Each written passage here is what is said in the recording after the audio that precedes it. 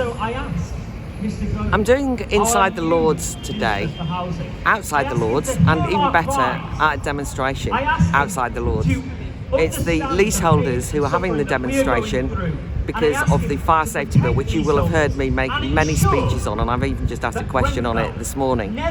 I'm so delighted that the leaseholders are at last getting a hearing. Just to note, and it's an important note,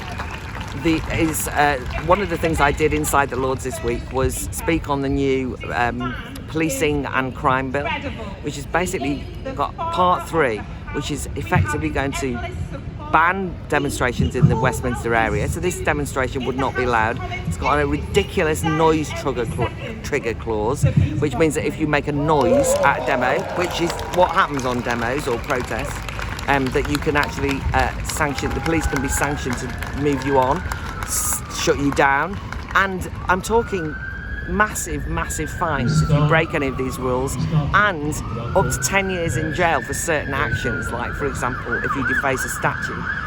So one of the things that I tried to do in the bill when we were discussing in the second reading of that bill was to explain what a demonstration was, but also to recognise that whereas I'm very supportive of this demonstration, many of you will have been utterly frustrated by watching the police standing by as Extinction Rebellion, for example, just got on with disrupting people's lives, particularly the action on the M25, which was just so nihilistic and disrespectful to drivers and ordinary people going about their lives. And that's what all their actions are like.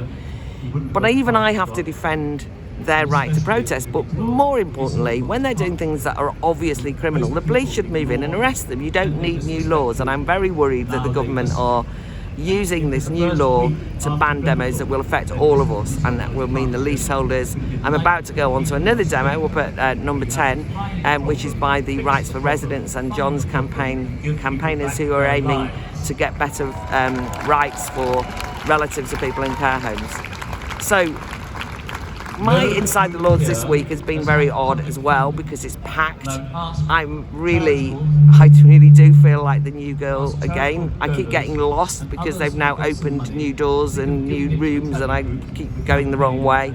So I haven't quite found my feet in the fortnight that we've had since recess ended.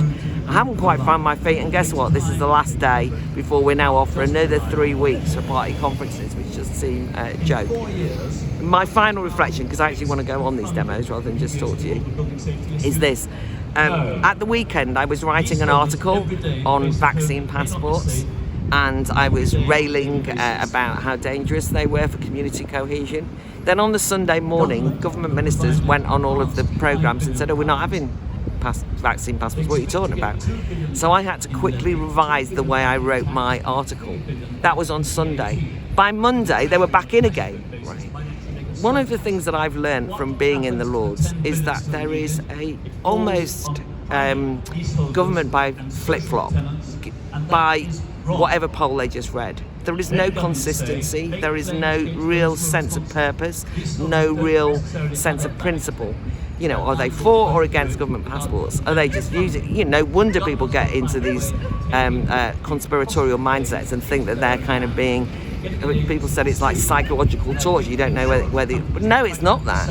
It's their actually inability of the leadership of the country to actually stick with any principles. And by the way, that includes the opposition, who've been absolutely terrible on vaccine passports and are dither-dathered and shilly-shied and being useless. So that was quite a funny thing to reflect on. It's also the case that vaccine passports are, I think, being kept on the back burner, and we should keep our eye and make sure we oppose them, and I certainly will. And they're being used even now voluntarily, and this is the worst thing by carrying on saying it, is that people are using them for conferences and festivals. And just to point out that although there is a festival that is introduced a vaccine passport, the Battle of Ideas won't have one. We are welcoming you all. We don't want you to have to show your credentials or anything like that. We just want you to come. It's the 9th and 10th of October. We now have 70 debates, hundreds of speakers, and the most important thing is it's like a people's takeover of Westminster. You know, it'll be far more exciting and exhilarating than anything that happens in the House of Lords, and it's what really matters. Because what you can say about vaccine passports is one of the reasons why the government keep changing their mind is because there's been a popular backlash against them, and they are actually scared of popular backlashes, and they keep looking at the polls. It's not what I think leadership should be, but nonetheless.